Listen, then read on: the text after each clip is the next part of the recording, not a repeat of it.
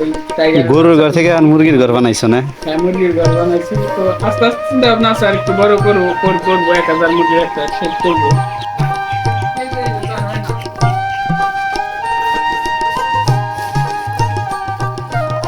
দুইটা তিনটা মুরগি বেশি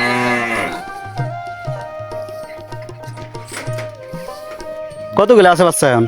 বাচ্চা এখন আছে 200 পিস। এখনো 200 আছে? 200 পিস আছে। ও, ওই যে একটা ছেলে গেছিল আমার ওইখানে, ঠিক আছে, ওই পাখির খাদ্য আনার জন্য। এই যে পারভেজ আমার ছোট ভাই আর কি, ও। কিছু লাগবে। আমি যাইতে চাইছি আপনার ওই জায়গায়, বা আপনার ফেসবুকে আমি অনেকদিন ধরে ভিডিও দেখি, ও, তো ইচ্ছা হয়েছে যে আপনার ওইখানে একদিন যাইও। আপনার দোকানে যাইও, সমস্যা নাই। আর খামার টামার করবো তো ওইখানে যাইও। আচ্ছা ঠিক আছে, দেখতেছি তো ভাই আপনার ভিডিও, আমি সবগুলা ভিডিও দেখি, এই যে নতুন ঘরের ভিডিও, নতুন বাড়ি, ও, সবগুলা ভিডিও দেখতেছি নিয়মিত। এখন ওই পাশে আছে, আমি এখন গরুর ঘরেই করছি তো আপাতত, এই যে দেখাই, আপাতত গরুর ঘরেই করতেছি ভাই মুরগি।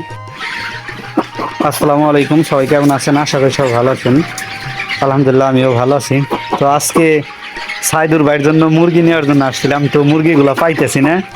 দেখছে উনি বাসায় পালবো, বড় করবো, দেখছে ওই রকম সাইজও পাইতেছি না, বাচ্চাগুলোরও দাম বেশি, যার কারণে জায়গায় জায়গায় ঘুরে দেখতেছি। তো এই ছোটো ভাইয়ের মুরগিগুলো পাইছি, কিন্তু আসলে ছাড়বে না এখন। 700-800 গ্রাম হয়েছে, দেখা গেছে আপনার আরও প্রায় আপনার দেখা গেছে যদি 1 কেজি হয়, তাহলে আপনার মুরগিগুলো দেবে আর কি, ছাড়বে এখান থেকে।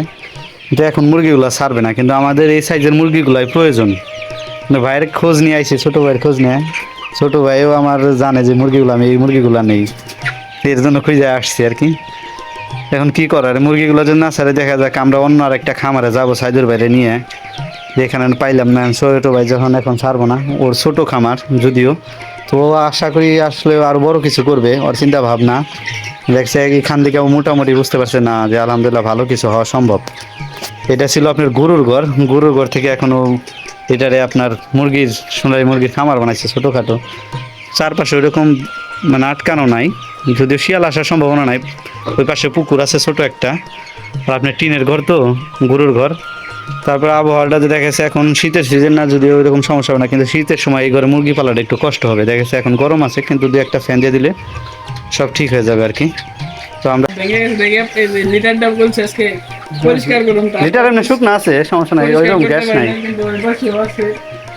আপাতত এগুলো দিয়ে শুরু করছি, আস্তে আস্তে দেখি আল্লাহ তাআলা যদি করে আর একটু বড় না, সেট করুন। এটা তো গরুর ঘর ছিল না? এটা হবে, এটা গরুর ঘর, গরুর ঘর। আপাতত আব্বু বাইরে গেছে, গরুর তো নাই, এর কারণে আমি চার সাত লাগে নেটমেট লাগে ওই টাইগার গরুর ঘর থেকে আর মুরগির ঘর বানাইছো না? হ্যাঁ, মুরগির ঘর বানাইছি। তো আস্তে আস্তে চিন্তা ভাবনা আছে আর একটু বড় করবো, করবো 1000 মুরগির একটা সেট করবো।